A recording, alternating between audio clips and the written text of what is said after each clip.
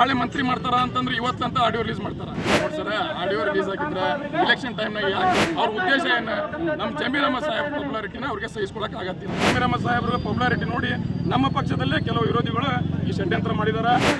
ಕೆಲವು mass leader ಅಲ್ಲಿ ನಮ್ಮ ಜಮೀರ್ ಅಹಮದ್ ಸಾಹೇಬ್ ಕೂಡ ಒಬ್ರು ಮಂತ್ರಿ ಮಾಡಲಿಲ್ಲ ಅಂದ್ರೆ ಇದ್ರ ಪ್ರಭಾವ, ಇದ್ರ ಎಫೆಕ್ಟ್ 2028 ಚುನಾವಣೆ ಒಳಗೆ ಅಭಿಮಾನಿಗಳು ನಾವೆಲ್ಲ ಇವತ್ತಿಗೆ ಪ್ರತಿಭಟನೆ ಉದ್ದೇಶ ಏನಂದ್ರೆ ನಮ್ಮ ನಾಯಕರಾದಂತಹ ಮೇಜರ್ ಜಮೀರ್ ಅಹಮದ್ ಸಾಹೇಬ್ರಿಗೆ ಮಂತ್ರಿ ಮಾಡ್ಬೇಕಂತೇಳಿ ನಮ್ದು ಈ ಮೂಲಕ ನಮ್ಮ ಹೈಕಮಾಂಡ್ ಆದಂತಹ ಮಲ್ಲಿಕಾರ್ಜುನ ಖರ್ಗೆ ಸಾಹೇಬ್ರಿಗೆ, ವೇಣುಗೋಪಾಲ್ ಸಾಹೇಬ್ರಿಗೆ, ಸುರ್ಜೇವಾಲಾ ಸಾಹೇಬ್ರಿಗೆ ಹಾಗೂ ನಮ್ಮ ನಾಯಕರಾದಂತಹ ಸಿದ್ದರಾಮಯ್ಯ ಸಾಹೇಬ್ರಿಗೆ ಹಾಗೂ ಶಿವಕುಮಾರ್ ಸಾಹೇಬ್ರಿಗೆ ಒತ್ತಾಯ ಮಾಡ್ತೀವಿ. ಯಾಕೆ ನಮ್ಮ ಜಮೀರ್ ಅಹಮದ್ ಸಾಹೇಬ್ರನ್ನ ಮೊದಲನೇ ಹಂತದೊಳಗೆ ಯಾಕೆ ಮಂತ್ರಿ ಮಾಡಲಿಲ್ಲ? ಭಾಳ ನೋವು ಐತಿ. ನಮ್ಮ ಸಾಹೇಬ್ರನ್ನ ಮೊದಲನೇ ಹಂತದಾಗ ಮಂತ್ರಿ ಮಾಡಬೇಕಾಯ್ತು. ಯಾಕೆ ಎದಕ್ಕೆ ಬರಲಾರ್ದಂಥ ಪಾಪ್ಯುಲಾರಿಟಿ ಇಲ್ಲಾರ್ದಂಥ ಎಷ್ಟೋ ನಾಯಕರನ್ನ ಮಂತ್ರಿ ಮಾಡಿದಿರಿ. ಈ ರಾಜ್ಯದಾಗ ಸಿದ್ದರಾಮಯ್ಯ ಸಾಹೇಬರು ಹಾಗೂ ಡಿ ಕೆ ಶಿವಕುಮಾರ್ ಸಾಹೇಬ್ರು ಬಿಟ್ಟರೆ ಕೆಲವು ಮಾಸ್ ಲೀಡರ್ ಅಲ್ಲಿ ನಮ್ಮ ಜಮೀರ್ ಅಹಮದ್ ಸಾಹೇಬ್ ಕೂಡ ಒಬ್ರು.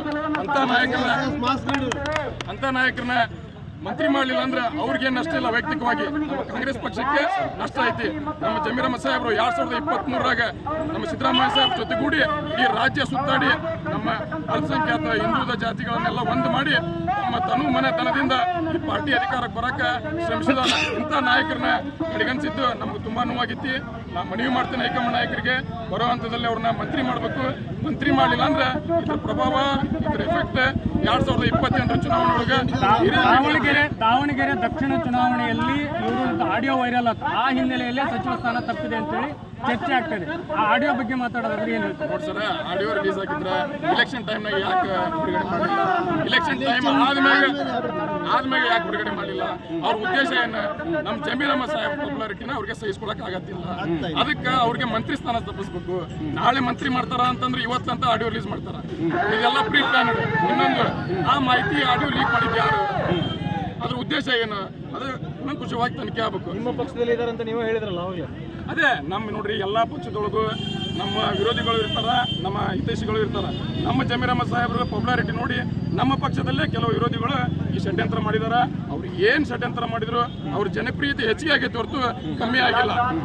ನಮ್ಮ ಜಮೀರ್ ಅಹಮದ್ ಸಾಹೇಬ್ರ ಪಾಪ್ಯುಲಾರಿಟಿ ಇವ್ರು ಷಡ್ಯಂತ್ರ ಮಾಡೋದ್ರಿಂದ ಡಬಲ್ ಆಗೈತಿ, ಕಡಿಮೆ ಏನಾಗಿಲ್ಲ. ಕಾಂಗ್ರೆಸ್ ಪಕ್ಷ ಅಲ್ಪಸಂಖ್ಯಾತರು ಓಟ್ ಹಾಕೇ ಹಾಕ್ತಾರೆ, ಯಾರು ನಿಂದಿರ್ಸಿದ್ರು ಹಾಕ್ತಾರೋ ಅನ್ನುವಂಥ ಪ್ರಶ್ನೆ. ಈಗ ನೀವು ಅಲ್ಪಸಂಖ್ಯಾತರು ಸಪೋರ್ಟ್ ಮಾಡ್ಕೊಂತಾನೆ ಬಂದಿರಿ. ಆದ್ರೆ ಈ ಸಂದರ್ಭದಲ್ಲಿ ನಿಮ್ಮ ನಾಯಕನ ಕೈ ಬಿಟ್ಟಿರೋದು ಮುಂದಿನ ಚುನಾವಣೆಗೆ ಎಷ್ಟು ಮೈನಸ್ ಆಗುತ್ತೆ? ನಿಮಗೊಂದು ಮಾಹಿತಿ ಹೇಳ್ತೀನಿ. ನಾನು ಅಲ್ಪಸಂಖ್ಯಾತ ಅಲ್ಲ, ನಾನು ಹಿಂದುಳಿದ ವರ್ಗ ಜಾತಿ ಸೇರಿದವ, ಕುರುಬ ಸಮಾಜಕ್ಕೆ ಸೇರಿದವ.